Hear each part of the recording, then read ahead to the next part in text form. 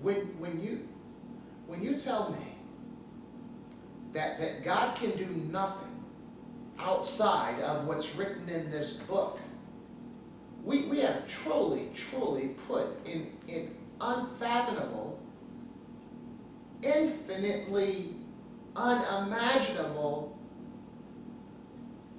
source of creation in a box. That, no, this is all God can do. Come on, man. Are you kidding me?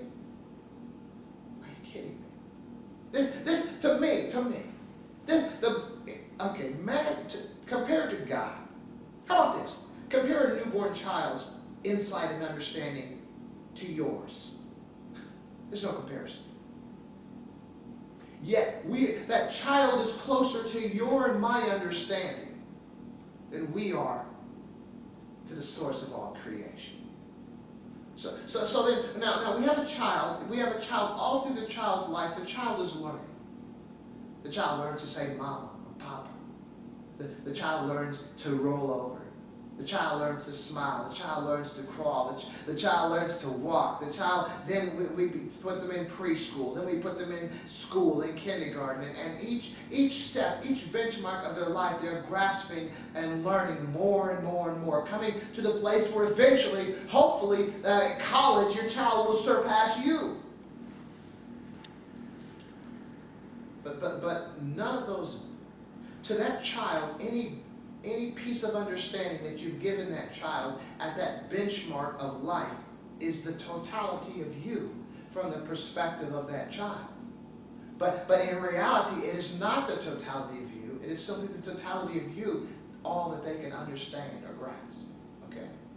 My daughter, who's in first grade, I was doing some algebra, and she came in there, and she's looking at what I'm writing, and she does math, right? First grade. And she's asking me, what does X mean? Because that was outside of the realm of the totality of her understanding of math. And so then I put a little problem on there. I said, X plus 3 equal 8.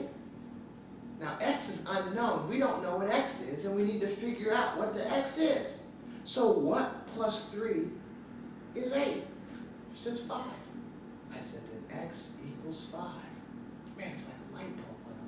Because at that moment, her understanding of mathematics was increased. Where the day before, the totality of math was simply what she knew. Now there was another piece, and she has changed.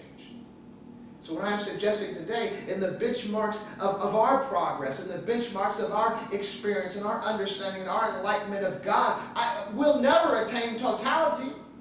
It's hard for me to believe that. But from where we are, what we can understand is what we've given right here to understand. But we can't arrogantly say that this is the totality of God and nothing that God is can step outside of this. No, this is X plus 3 equal 5, and we just got it. Now, of course, oh man, this is all that there is. No, it isn't. Because then we're going to talk about Y and the exponents and radicals and all this stuff. I'm saying this for this particular moment. So God is greater than this. God can do things outside of this. These were written by the hands of man for God to give us an inkling of an understanding. Just like when he talked to Moses or talked to Elijah.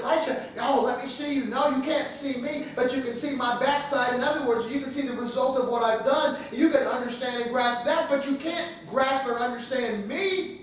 That's what Scripture tells us. Yet we want to say that God is this is it. No, God is much more than that. God is much, much more than anything that we could even imagine. St. Anselm said something like that, and I wish I had the quote, that we can't, God is more than what we can comprehend. Understand that. Understand that you don't understand. We can't grasp the totality of God. Even in these were made by man's hands. And I'll tell you, but what we can find in here is begin to study this, try to begin to understand. Because I do believe that these scriptures were written by men who were moved of God. What does that mean? You were moved by God as well. Just read and study and recognize that there are things that we don't even study this. I would say this, that folks that have studied the least probably swear the most